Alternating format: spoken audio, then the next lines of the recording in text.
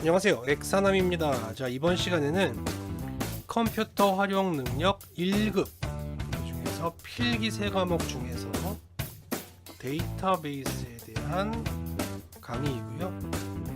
데이터베이스 1강의입니다. 자, 그 첫 번째 강의를 시작하도록 하겠습니다. 자, 문제풀이를 시작하기 전에 지금 화면에 보이는 이 화면이 지금 여러분들이 학습하시게 될 디지털 교재이고요. 교재는 두 가지가 있습니다. 종이로 인쇄해서 제공해드리는 페이퍼 교재가 있고, 지금 여러분들이 화면에 보시는 디지털 교재가 있어요. 컴활 시험이 실제 시험 볼 때 종이를 보고 답안지에 체크하는 것이 아니라 실제 화면에 있는 문제를 보고 화면에다 답안을 체크하는 것이기 때문에 그것과 가장 비슷한 환경으로 학습하시기 위해서 만들어 놓은 화면입니다. 자, 여기 보이시는 이 보기에 답안을 체크하시고 다 체크하시고 시험 종료를 누르시게 되면 내가 지금 현재 어느 위치까지 도달해 있고 파란색 위치까지 가야지만 합격 안정권이 된다라고 하는 현황판을 보실 수가 있고요. 자, 그리고 그럼 틀린 문제가 있을 거잖아요. 틀린 문제는 이렇게 문제 번호와 보기에 정답이 무엇인지 빨간색으로 표시가 되고요. 여러분들이 46번 문제 틀렸구나 그래서 46번 가서 이게 틀렸는데 이걸 어떻게 풀어야 하지 모르는 경우가 있죠. 그럴 경우에 설명 보기라고 클릭하시게 되면 이렇게 해당 문제에 대한 해설이 아래에 나와 있기 때문에 공부 한번 하셨던 분은 해설만 보고 빠르게 이해하실 수가 있습니다. 그래도 힘들어요, 저는 컴맹입니다 라고 하시는 분들은 화면 오른쪽에 문제별로 오른쪽에 QR코드가 있죠. 이 QR코드는 여러분들이 클릭하셨을 땐 PC상에서 제가 한번 클릭해 볼게요. 클릭했을 때는 이 PC상에 인터넷 창이 뜨면서 그 문제에 해당하는 동영상이 뜨게 될 거예요. 자, 조금 느리네요. 자, 유튜브 연결되면서 해당 문제에 해당하는 동영상이 확인이 될 것이고요. 또는 나는 듀얼 모니터가 아니라 싱글 모니터이기 때문에 이렇게 모니터 두 개에서 보기 힘들어요. 실기 공부할 경우에 그렇잖아요. 그렇죠? 그럴 경우에는 그냥 종이 페이퍼에 종이 시험지에 있는 종이 교재에 있는 이 QR코드 또는 지금 디지털 교재에 있는 이 QR코드를 여러분들 스마트폰으로 스캔을 뜨면 바로 인터넷 강의로 연결이 될 겁니다. 해당 문제에 대해서만 연결이 되는 거예요. 첫 강의니까 제가 설명드리는 겁니다. 이런 식으로 공부할 수 있는 디지털 교재가 있습니다. 엑사람과 함께하면 금방 합격할 수 있겠죠? 자, 그럼 문제풀이 시작하도록 하겠습니다. 41번 문제입니다. 다음 중 디자인 보기 필드마다 한영키를 사용하지 않고도 데이터 입력 시에 한글과 영문이 자동으로 입력되게 하는 방법.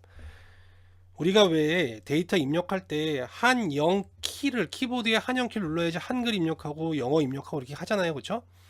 근데 이마저도 귀찮다는 거야. 이거 안 하고 싶어. 그러면 필드의 속성을 지정해 놓으면 돼요. 그 속성 지정 모드가 뭐냐? IME 모드예요. 이건 단순 암기 문제입니다. 한글 영어 키에 대한 데이터 입력 얘기가 나오면 IME 모드다. 단순 암기하세요. 자, 아래에 있는 이 캡처는 액세스에서 IME 모드를 선택하는 화면을 보여준 거예요.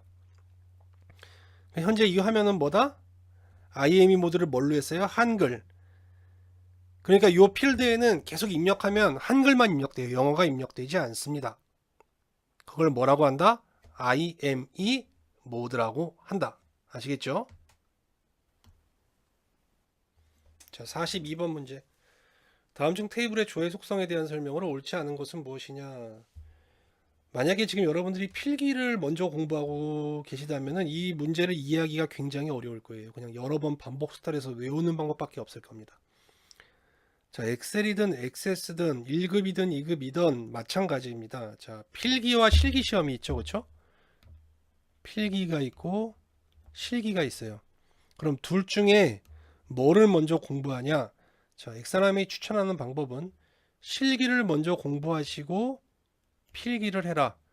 그럼 필기 합격하고 다시 실기 공부할 때 실기를 복습하는 게 때문에 훨씬 더 쉬울 거예요.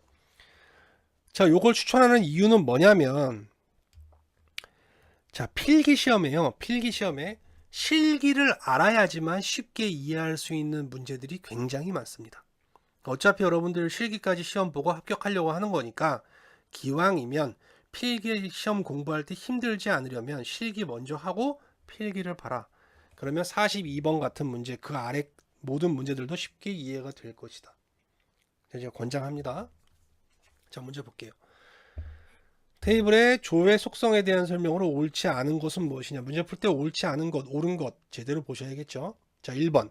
조의 속성을 이용하면 사용자가 직접 값을 입력하는 과정에서 발생하는 오류를 줄일 수 있다. 좋은 내용 같아요. 조의 열에서 다른 테이블이나 쿼리에 있는 값을 조회하도록 설정할 수 있다. 얘도 뭘 할 수 있네요. 그렇죠? 3번. 원하는 값을 직접 입력하여 조회 목록을 만들 수 있다.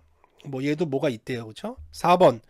조회 목록으로 표시할 열의 개수는 변경할 수 없으며, 제가 말씀드리는데 내가 지식이 확고하다면 맞는 답을 고르면 되겠지만 좀 어사무사한 문제인 것 같아요. 옳지 않은 것 고르는데, 그럴 경우에는 제가 여기 써놨죠. 뭐뭐 하며 뭐뭐 하다, 뭐뭐 하지만 뭐는 아니다와 같은 식으로 반전 보기는 대부분일 정답일 확률이 높습니다. 자, 이건 공부 좀 덜 하신 분들, 잘 이해 안 되거나 어사무사한 문제 나왔을 때 찍는 법을 알려드린 거예요. 자, 설명을 드려보면 이거예요. 자, 내가 어떤 데이터가 있는데 데이터를 조회를 할 건데 거기에 대한 조회 조건으로 여기 캡처 보시면 봉사 날짜가 며칠이고 시수가 몇 시간 이상 된 사람들만 조회하겠다라고 조건을 설정할 수 있을 거예요. 지금 여기 보이는 것처럼. 그렇죠? 그런데 나는 조회 조건으로 주소까지 추가하고 싶어. 봉사 날짜가 몇 월 며칠인데 시수가 몇 시간 이상 되는 것들 중에서 주소가 서울인 걸 추가하고 싶다라고 했을 때 요걸 추가할 수 있어야 될까 없어야 될까? 아니, 당연히 있어야 되겠지. 그러니까 열의 개수는 변경할 수 없다 그랬기 때문에 틀린 거예요. 조회 조건에 사용할 열의 개수는 변경할 수 있으며 행 원본에 맞게 자동으로 설정되는 것이 아니라 변경할 수 있다. 이게 맞는 거죠. 쉽게 생각하면 쉬운데 여기에 나오는 이 단어들이 어려워서 테이블, 조회 속성, 쿼리 뭐 이런 것들이 어려워서 헷갈릴 수가 있다. 그렇기 때문에 여러분들은 어떻게? 실기 먼저 공부하고 필기하는 게 훨씬 더 자격증 수험 준비하는 거에 굉장히 유리하다. 자, 43번. 다음 중 특정 필드의 입력 마스크를 LA09 샵으로 설정하였을 때 입력 가능한 데이터로. 입력 마스크가 뭐냐? 입력 마스크는 뭐냐면, 야, 첫 번째 자리는 숫자만 들어와. 두 번째 자리는 영어만 들어와. 세 번째 자리는 한글만 들어와. 뭐 네 번째 자리는 숫자 또는 뭐 영어가 들어와. 이런 식으로 설정하는 거예요. 그러면 요 입력 마스크에 맞게 데이터를 입력하려면 숫자 A, 영어, 그쵸? 한글, 뭐 숫자 또는 영어, 뭐 3이라고 입력하든가 또는 A. 요렇게 입력을 받아야지만 된다. 미리 그걸 설정해 놓는 걸 뭐라고 한다? 입력 마스크라고 한다 이거예요. 근데 우리가 이렇게 숫 이렇게는 안 할 거잖아요.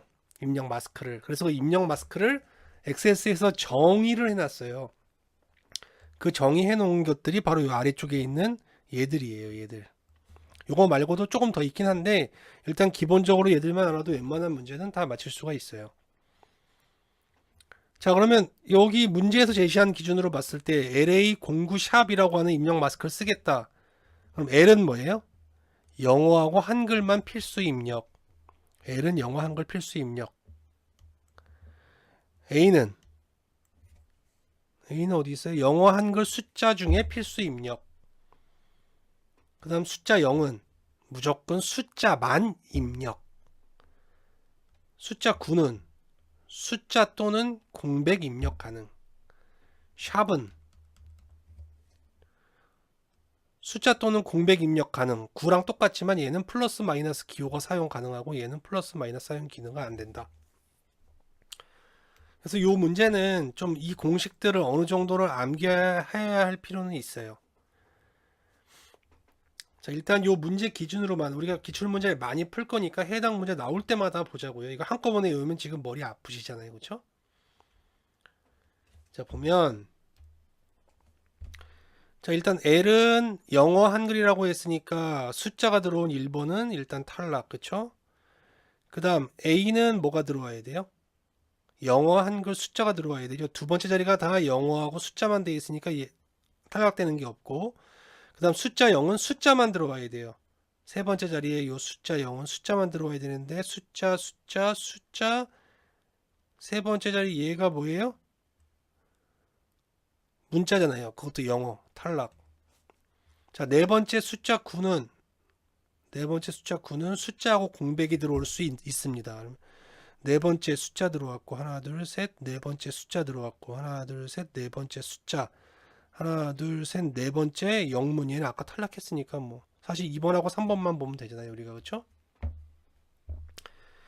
자, 마지막 샵 다섯 번째 자리는 숫자와 공백이 들어올 수 있다.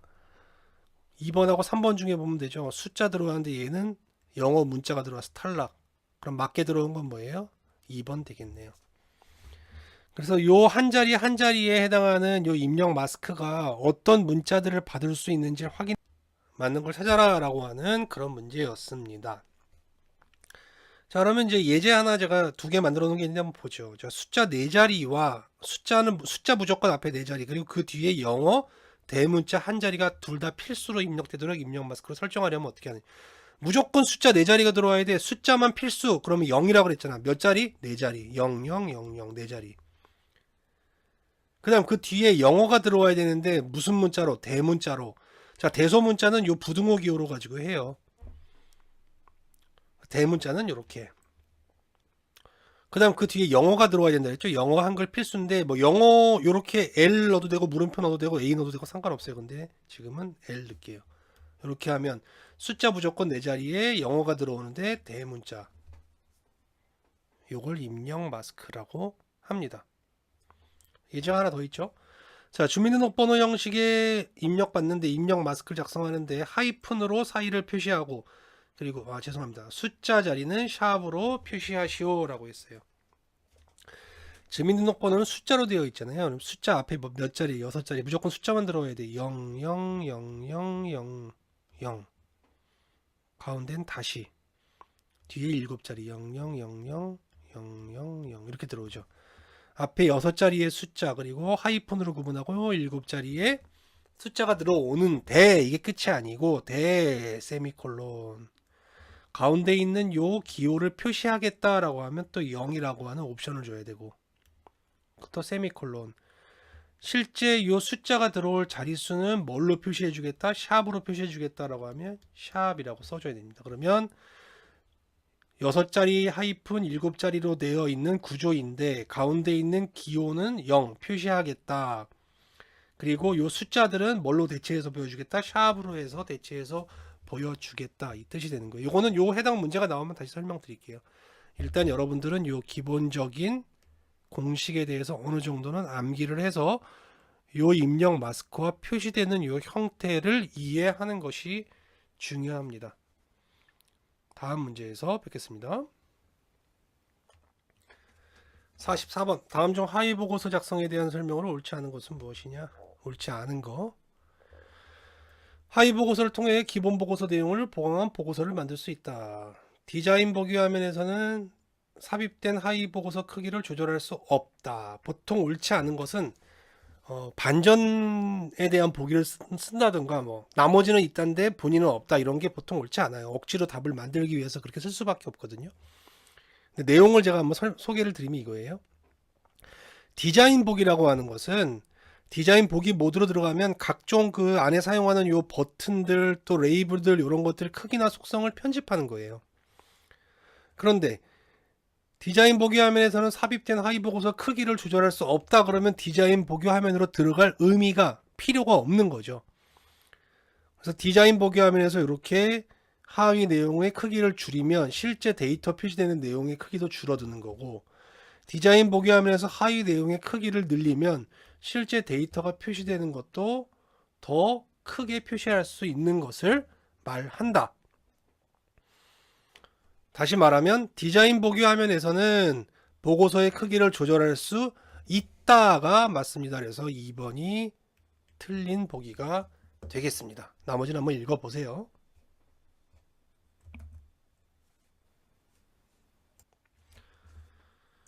자, 다음 문제 45번. 부서 코드를 기본 키로 하는 부서 테이블과 부서 코드를 포함한 사원 정보가 있는 사원 테이블이 있다. 다음 중 이와 관계된 관계 설정에 대한 설명으로 옳은 것은 무엇이냐? 단, 한 부서는 여러 명의 사원이 소속되어 있으며 한 사원은 한 부서에만 소속된다. 1대 다관계인데 1대N. 자, 이 보기를 보기 전에 먼저 무결성이라는 거에 대해서 한번 설명을 드릴게요. 무결성.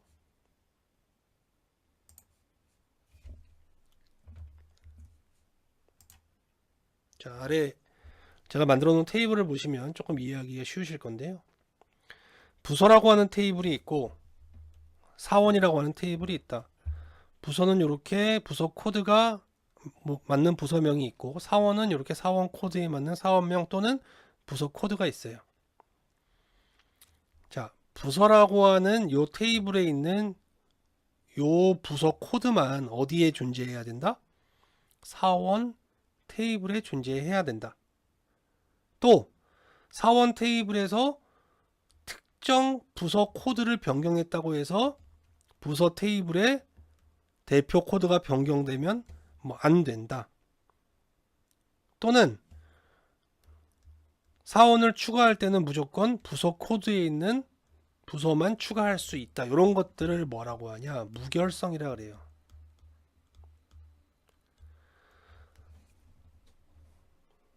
뭐냐면 사원 코드에 부서를 입력하려면 뭘 바라보고 있어요? 부서를 바라보고 있고 부서에서 부서 코드가 변경되거나 부서명이 변경되면 그것은 어디에 적용된다?